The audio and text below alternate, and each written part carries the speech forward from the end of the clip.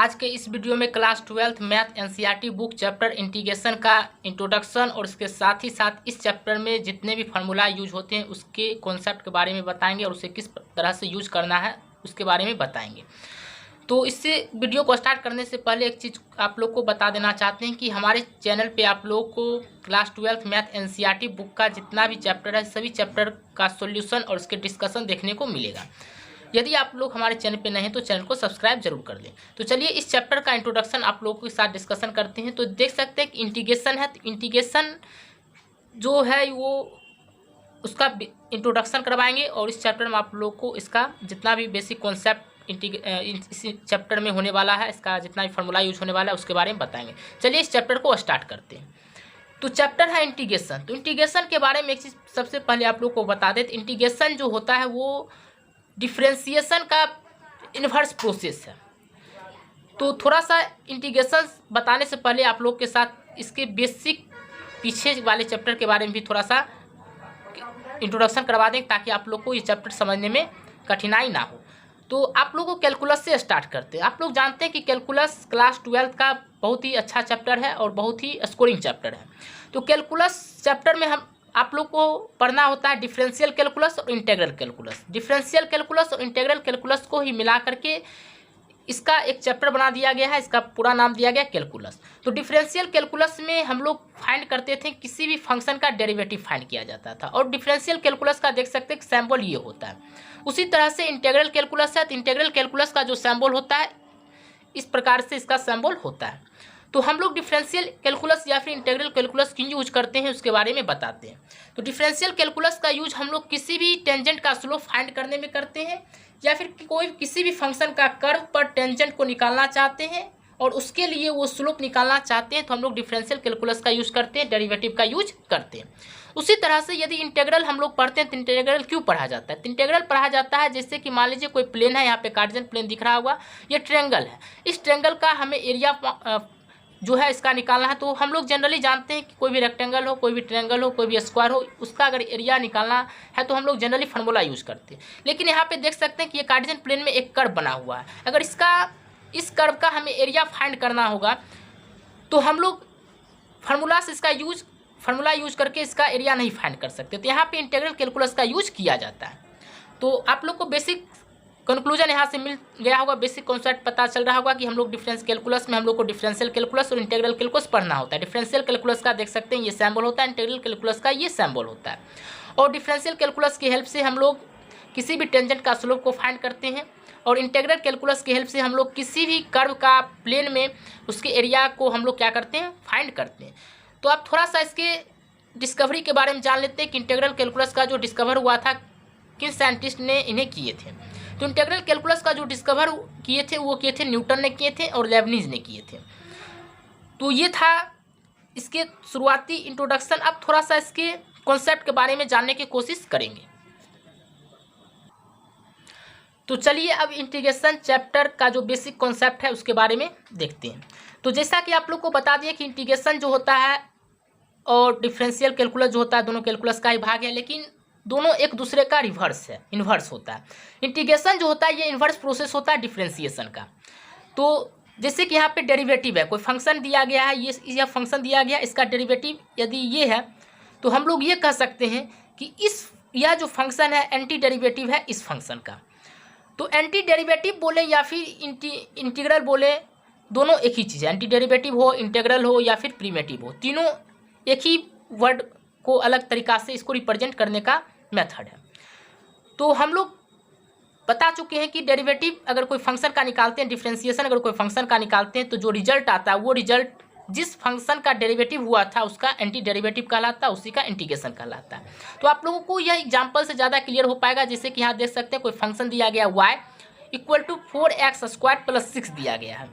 इस y का हम लोग डिफ्रेंशिएट करते हैं x के रिस्पेक्ट में तो इसका रिजल्ट 8x आता है। तो इस फंक्शन का डेरिवेटिव जो हुआ 4x² + 6 का जो डेरिवेटिव यहाँ पे आया है वो आया है 8x, इसका डेरिवेटिव आया है।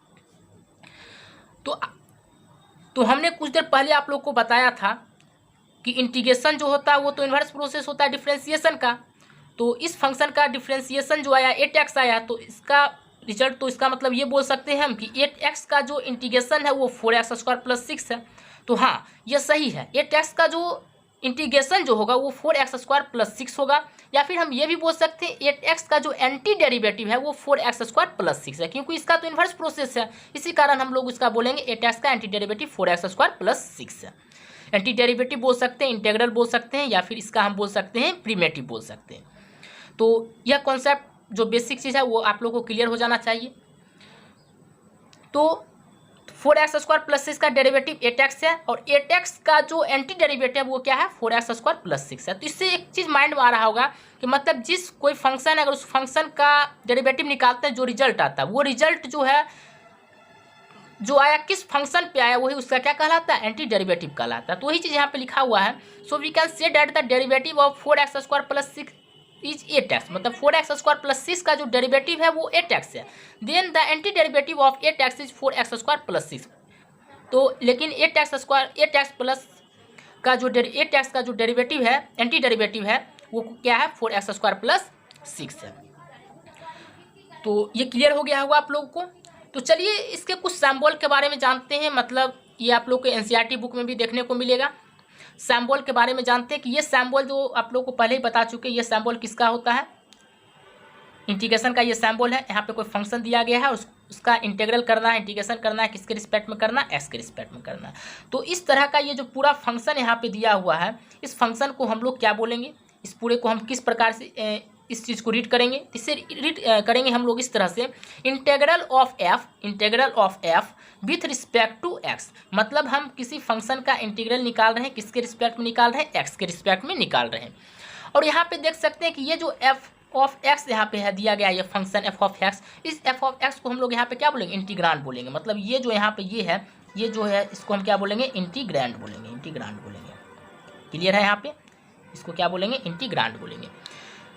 उसके बाद यहाँ पे देख सकते हो कि यहाँ पे जो x है, इस x को हम लोग क्या बोलेंगे, इंटीग्रेशन का वेरिएबल बोलेंगे। यहाँ पे जो ये x है, इस x को हम लोग क्या बोलेंगे, इंटीग्रेशन का क्या बोलेंगे, वेरिएबल बोलेंगे। क्योंकि हमेशा फंक्शन तो सेम नहीं रहेगा, इस x के जगह पे हो सकता है कभी 4x स्क्वायर प्लस 6 रहे, 4x cube plus 3x square plus 6 रहे। मतलब यहाँ पे फंक्शन चेंज होते रहता है। तो कोई भी चीज़ का अगर वैल्यू फिक्स नहीं रहता तो उसे हम लोग क्या बोलते हैं, वेरिएबल बोलते हैं। क्योंकि वो एक कांस्टेंट चीज़ तो है नहीं कि वो हमेशा वहाँ पे रहेगा। तो एक फंक्शन के एक्स जगह पे हमेशा नया नया चीज़ आते रहेगा, इसी कारण हम इसको क्या बोलेंगे, वेरिएबल बोलेंगे। अब इंटीग्रेट वर्ड आता है, वो सुनिएगा, इस चैप्टर में इंटीग्रेट करना है, क्वेश्चन में बोला जाएगा इंटीग्रेट करना है, question 1 to 10, question 1 to 25। Integrate का मतलब होता है क्या है, मतलब जो फंक्शन दिया गया उसका हमें क्या निकालना है, इंटीग्रल निकालना है, उसी को बोला जाता है इंटीग्रेट करना। फाइंड द इंटीग्रल बोले या फिर इंटीग्रेट बोले, दोनों एक ही चीज़ है। तो इंटीग्रेशन क्या चीज़ को बोला गया है, जो इंटीग्रेशन जो बोला गया है, जिस प्रोसेस के द्वारा हम लोग फाइंड करते हैं इंटीग्रल को, किसी फंक्शन के जो दिया रहता है उस फंक्शन को हम जिस प्रोसेस के द्वारा उसके इंटीग्रल को फाइंड करते हैं, उसी प्रोसेस को हम लोग क्या बोलते हैं, इंटीग्रेशन बोलते हैं।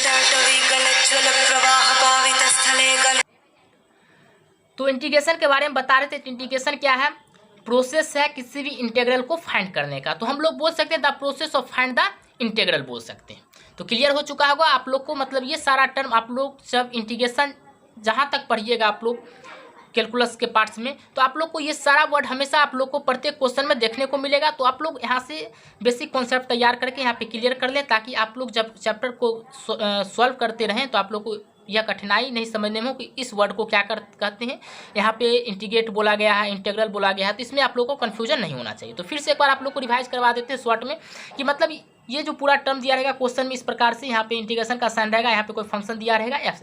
तो इसका मतलब आप लोग को अगर पढ़ना है तो इससे रीड किस प्रकार से करेंगे, तो इससे रीड जो करेंगे वो बोलेंगे integral of f with respect to x. मतलब एफ का इंटीग्रल करना है, किसके रिस्पेक्ट में करना है, एक्स के रिस्पेक्ट में करना है। तो यहाँ पे जो एफ ऑफ एक्स यहाँ पे यूज किया गया है, ये क्या है, इंटीग्रांड इसको बोलते हैं। मतलब इसी का हम लोग को क्या करना है, इंटीग्रल निकालना है। ये फंक्शन दिया हुआ रहेगा, और यहाँ पे एक्स जो है, तो एक्स फंक्शन के जगह पे, तो ये फंक्शन हमेशा चेंज होते रहेगा, ये फिक्स नहीं रहेगा। कहीं पे 4x स्क्वायर प्लस 6 रहा, कहीं पे 6x square plus 6x plus 6 रहा। मतलब ये फिक्स नहीं, जो चीज़ फिक्स नहीं हमेशा बदलते रहता है, उसी चीज़ को हम लोग क्या बोलते हैं, वेरिएबल बोलते हैं। और कॉन्स्टेंट बोलते हैं जो हमेशा क्या हो, फिक्स रहता है, वो उसका वैल्यू कहीं पे भी चेंज नहीं होता है। और यहाँ पे देख सकते हैं कि x बोला गया, तो वही है वेरिएबल ऑफ इंटीग्रेशन। इंटीग्रेट के बारे में बता ही चुके हैं कि हम लोग क्या बोलते हैं, इंटीग्रल को फाइंड करना है तो उसी को हम लोग क्या बोलते हैं, इंटीग्रेट बोलते हैं। इंटीग्रेशन मतलब जिस प्रोसेस के द्वारा हम किसी इंटीग्रल को फाइंड करेंगे उस प्रोसेस को हम लोग क्या बोलते हैं, इंटीग्रेशन बोलते हैं। तो ये सारा बेसिक चीज़ तो आप लोग का कंप्लीट हो गया होगा, लेकिन माइंड में एक क्वेश्चन आ रहा होगा कि आखिर हम लोग इंटीग्रेशन करते ही क्यों हैं। जब कोई फंक्शन दिया हुआ रहता है तो फंक्शन दिया हुआ रहता है तो हम लोग उसका डेरिवेटिव निकालते हैं, डिफ्रेंशिएशन करते हैं उसका, तो फिर उसका इन्वर्स पे हम लोग क्यों जाते हैं। जब हमको वो फंक्शन जैसे यहाँ 4x² + 6 है तो 4x² + 6 करके डिफ्रेंशिएट करके तो 8x पे हम ले आ ही गए हैं जब हम इसका यूज़ था, तो फिर 8x हम 4x² + 6 पे जाएंगे ही क्यों। इसका रीज़न ये है कि मान लीजिए आप लोगों को वेलोसिटी दिया गया है, यहाँ पे वेलोसिटी है, अब वेलोसिटी जो दिया गया वो दिया गया है 2t² + 5 दिया गया है। तो वेलोसिटी जब हम लोग निकालते हैं क्या किस प्रकार से निकालते हैं, वो निकालते हैं हम dx मतलब कोई डिस्प्लेसमेंट का किसके रिस्पेक्ट में dt। तो मतलब यहाँ पे वेलोसिटी दिया गया 2t² + 5 मतलब डिस्प्लेसमेंट का इंटीग्रेशन किया गया होगा किसके रिस्पेक्ट में, t के रिस्पेक्ट में, तब आया हुआ 2t² + 5। तो यहाँ पे अगर हम लोग को पूछ देगा कि इंस्टेंटेनियस टाइम t = 2 पे इसका वेलोसिटी क्या होगा, तो वेलोसिटी क्या होगा तो हम लोग क्या करेंगे 2t² + 5 यहाँ पे तो डिफ्रेंशिएट दिया हुआ है, तो t = 2 पे वेलोसिटी पूछ रहा है तो हम लोग टी का वैल्यू क्या पुट कर देंगे 2 पुट कर देंगे, तो 2 का स्क्वायर हो जाएगा प्लस क्या हो जाएगा 5। सॉल्व करेंगे तो 2 का स्क्वायर करेंगे 4 4 दूनी 8 और 8 प्लस कितना हो जाएगा 13। तो वेलोसिटी टाइम = 2 पे 13 मीटर/सेकेंड यहाँ पे आएगा। लेकिन अगर यहाँ पे इसी क्वेश्चन में अगर हमें पूछ दिया जाता कि ये बताना है कि टाइम = 2 पे डिस्प्लेसमेंट कितना होगा, टाइम = 2 पे डिस्प्लेसमेंट कितना होगा। जब डिस्प्लेसमेंट पूछा जाएगा तो यहाँ पे तो डिस्प्लेसमेंट दिया हुआ है नहीं, यहाँ वेलोसिटी दिया गया है, तो हम लोग क्या करेंगे ये जो वेलोसिटी यहाँ पे दिया गया 2t² + 5 इसका एंटी डेरिवेटिव निकालेंगे, मतलब ये किस फंक्शन पे 2t² + 5 आया होगा। अगर वहाँ पे हम लोग इसका एंटी डेरिवेटिव निकालेंगे तो एंटी डेरिवेटिव में क्या निकलेगा डिस्प्लेसमेंट निकलेगा, और डिस्प्लेसमेंट जब निकलेगा तो वहाँ पे टाइम के जगह पे हम लोग टी की जगह पे 2 पुट कर देंगे, तो हम लोग को वहाँ पे इंस्टेंटेनियस टाइम 2 के जगह पे हम लोग पता चल जाएगा 2 सेकंड में वहाँ पे डिस्प्लेसमेंट कितना रहा होगा। तो यहाँ से आप लोग को यूज पता चल चुका होगा कि हम लोग एंटी डेरिवेटिव क्यों निकालते हैं, पता क्योंकि जैसे कि यहाँ पे एग्जांपल बेस्ट एग्जांपल आप लोग को यहाँ से क्लियर हो गया होगा कि वेलोसिटी दिया गया 2t² + 5, तो टाइम = 2 पे तो हम लोग यहाँ पे 13 मीटर/सेकेंड इसका निकाल ही सकते हैं वेलोसिटी क्या रहा होगा। लेकिन टाइम t = 2 सेकंड पे अगर डिस्प्लेसमेंट पूछेगा तो हम लोग को यहाँ से नहीं फाइंड कर सकते, फाइंड कब कर सकते जब हमें इसका एंटी डेरिवेटिव पता होगा तब। तो एंटी डेरिवेटिव इसी कारण यहाँ पे निकाला जाता है। तो चलिए आप लोग को बताएं कि इंटीग्रल के बारे में। इंटीग्रेशन तो समझ गए कि इंटीग्रेशन क्या होता है, इन्वर्स प्रोसेस होता है। तो इंटीग्रेशन में हम लोग देखेंगे कि इंटीग्रल मतलब कोई फंक्शन का इंटीग्रल निकाला जाता है। तो इंटीग्रल होता है कितना तरह का, 2 टाइप का होता है, एक होता है डेफिनिट इंटीग्रल, एक होता है इंडेफिनिट इंटीग्रल। तो डेफिनिट और इंडेफिनिट बोला क्यों गया है, तो डेफिनिट इंटीग्रल और इंडेफिनिट इंटीग्रल के बारे में बोलें तो इंडेफिनिट इंटीग्रल हम लोग किसको बोलेंगे, इंडेफिनिट इंटीग्रल के द्वारा हम लोग क्या करते हैं किसी भी, यह एक प्रोसेस होता है या बोल सकते हैं फार्मूला होता है जिसके द्वारा हम किसी भी फंक्शन डेरिवेटिव का क्या निकाल सकते हैं, एंटी डेरिवेटिव निकाल सकते हैं। सिर्फ इंडेफिनिट इंटीग्रल की हेल्प से हम लोग क्या कर सकते हैं किसी भी डेरिवेटिव का एंटी डेरिवेटिव निकाल सकते हैं। और डेफिनिट इंटीग्रल हम बोलेंगे, इंडेफिनिट इंटीग्रल जो होता है इस प्रोसेस के द्वारा हम किसी भी एरिया का जो प्लेन में मतलब प्लेन है उस प्लेन में किसी भी कर्व का अगर एरिया निकालना हो, 2D प्लेन हो या फिर 3D प्लेन हो, तो वहाँ पे हम लोग डेफिनिट इंटीग्रल का यूज करते हैं। तो आप लोग को सैम्बल तो बता ही चुके थे, चलिए फिर अलग तरीका से थोड़ा सा सैम्बल बताते हैं कि एक ही चीज़ में सारा चीज़ आप लोग का रिवीजन हो जाए। जैसे यहाँ पे इंटीग्रेशन का सैम्बल है, यहाँ पे ये दिया गया है। तो यहाँ पे ये जो बोले थे f(x) क्या होता है, इंटीग्रांड होता है, और जब इसका हम लोग इंटीग्रेशन कर लेते हैं तो इसका जो यहाँ वैल्यू होता है उसी को हम लोग क्या बोलते हैं, इंटीग्रल ऑफ f(x) बोलते हैं। तो ये पता है क्या प्रोसेस है, क्या है इंटीग्रेशन, ये जो यहाँ पे है ये प्रोसेस होता है क्या चीज़ का, इंटीग्रेशन का होता है। तो डिफिनिट इंटीग्रल और इंडेफिनिट इंटीग्रल, तो डिफिनिट इंटीग्रल का जो इंडेफिनिट इंटीग्रल का जो सैम्बल होता है सिर्फ इस टाइप्स होता है, ये इंडेफिनिट इंटीग्रल का सैम्बल है। और डेफिनिट इंटीग्रल का सैम्बल देखिएगा तो इस प्रकार से आप लोग को इंडेफिनिट इंटीग्रल का सैम्बल, इसमें आप लोग क्या लगा रहेगा, लिमिट लगा रहेगा। तो ये हो गया आप लोग का डेफिनिट इंटीग्रल और इंडेफिनिट इंटीग्रल। तो कुछ थ्योरम बचा हुआ है, तो कुछ मतलब प्रॉपर्टी जो कि आप लोग को जब ये इसका यूज़ कीजिएगा तो प्रॉपर्टी आप लोग को देखने को मिलेगा। मतलब वहाँ पे जिस तरह से डिफरेंशिएशन में कांस्टेंट होता था कोई फंक्शन में लगा हुआ, तो कांस्टेंट को हम लोग करते थे कि मतलब कांस्टेंट को बाहर करते, उसी प्रकार से यहाँ भी कुछ प्रॉपर्टी है मतलब थ्योरम है, उसको थोड़ा जानना जरूरी है क्योंकि हम लोग इसका अप्लाई करेंगे क्वेश्चन को सॉल्व करने में। तो देख सकते हैं कि पहला ये इंटीग्रेशन में के है, उसके बाद फंक्शन दिया गया, के यहाँ पे कांस्टेंट है। तो कांस्टेंट जब कोई फंक्शन में लगा रहेगा तो कांस्टेंट को हम लोग क्या कर सकते हैं, बाहर कर सकते हैं। उसके बाद उस फंक्शन का हम लोग क्या करेंगे, इंटीग्रल को फाइंड करेंगे। उसी प्रकार से देख सकते हैं इंटीग्रेशन करना है। यहाँ पे दो फंक्शन दिया गया, एक f1 फंक्शन दिया गया, दूसरा f2 फंक्शन दिया गया। तो हम लोग क्या कर सकते हैं, इसको सेपरेट करके भी इंटीग्रेशन अगर इसका फाइंड करते हैं तो रिजल्ट क्या आएगा, सेम आएगा। इसका रिजल्ट और उसका रिजल्ट में क्या आएगा, दोनों को सेम आएगा। तो f1 का इंटीग्रल अलग कर लेंगे, इंटीग्रेशन अलग करेंगे, और f2 का इंटीग्रेशन क्या करेंगे, अलग करेंगे। इस प्रकार से हम लोग सॉल्व करेंगे क्वेश्चन में।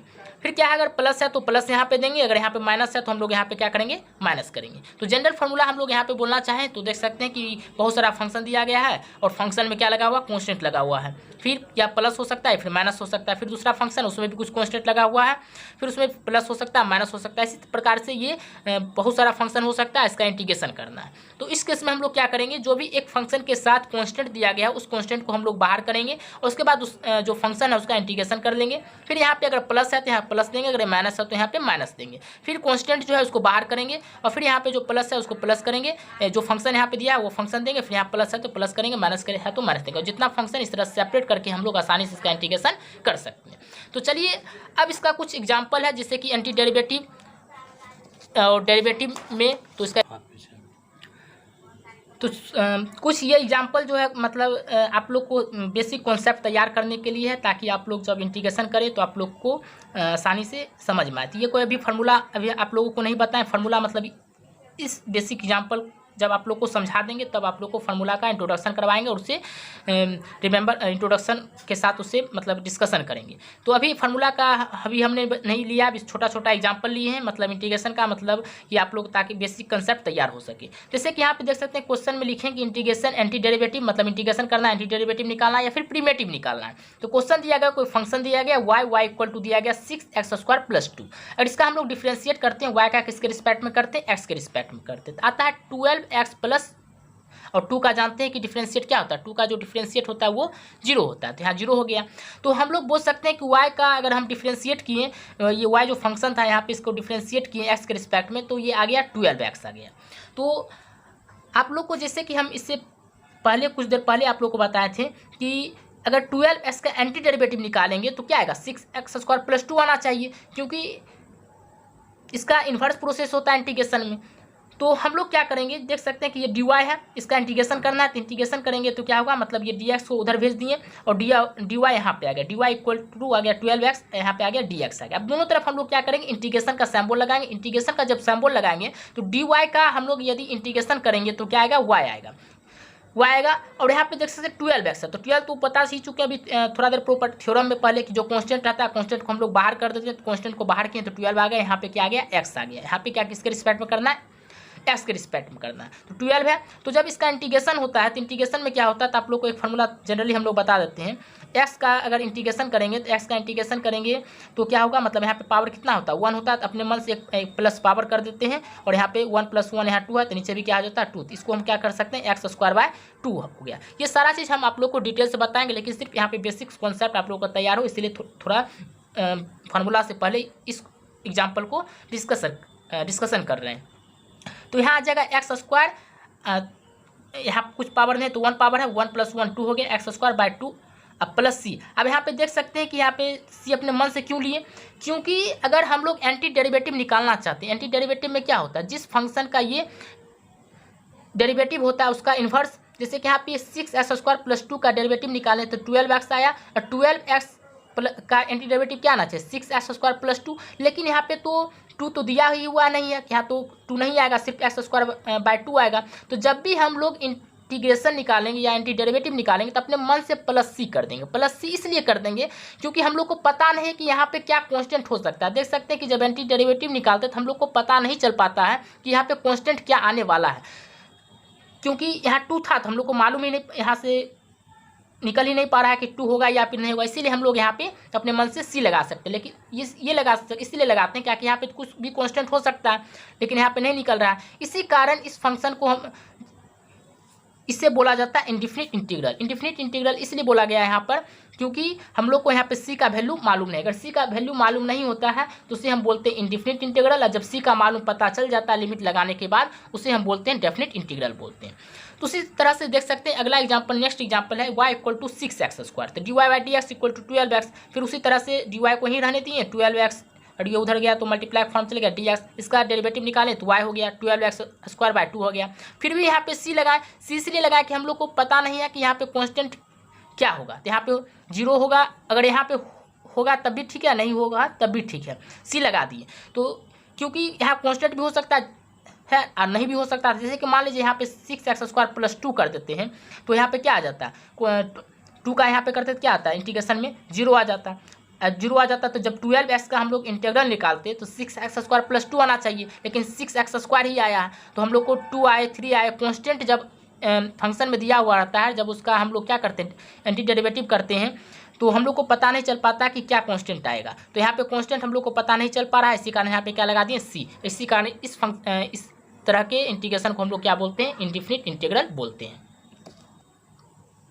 चलिए एक एग्जांपल को और डिस्कस करते हैं। जैसे यहाँ पे दिया हुआ y equal to sin x + 2 दिया गया, तो क्या लिख सकते हैं इसको, dy/dx, इसका डिफ्रेंशिएट करेंगे तो cos x आएगा, और 2 का तो पता है कि डिफ्रेंशिएट में 0 आ जाता है। लेकिन एंटी डेरिवेटिव कहने का मतलब ये हुआ कि cos x अगर एंटी डेरिवेटिव कहते तो sin x + 2 आता, लेकिन 2 तो यहाँ पे आया ही नहीं है, तो हम लोग को कैसे पता चल पाएगा। तो इसी कारण हम लोग जब एंटी डेरिवेटिव निकालेंगे तो अपने मन से इस 2 की जगह पे क्या दे देंगे, कांस्टेंट दे देंगे।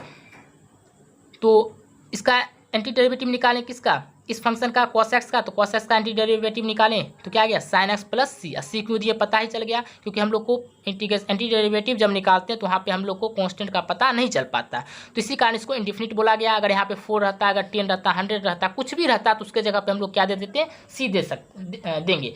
क्या कि ये कांस्टेंट हम लोग को मालूम नहीं होगा, और जब कांस्टेंट मालूम नहीं होगा तो हम लोग को कांस्टेंट के जगह पे क्या दे देंगे, c दे देंगे।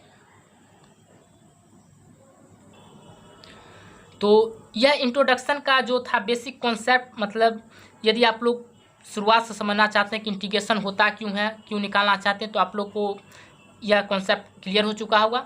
अब इसका मेन जो कॉन्सेप्ट स्टार्ट होता है, मतलब फार्मूला क्वेश्चन किस तरह से सॉल्व करेंगे, वो आप लोग को नेक्स्ट वीडियो में मिलेगा। नेक्स्ट वीडियो में हम आप लोगों को जो इसका जितना भी चैप्टर है इसका इंटीग्रेशन का, उसका जितना भी फार्मूला है उस फार्मूला को अपलोड करेंगे और उसको डिस्कशन करके बताएंगे, और किस तरह से आप लोग को याद रखना वो सारा चीज़ बताएंगे।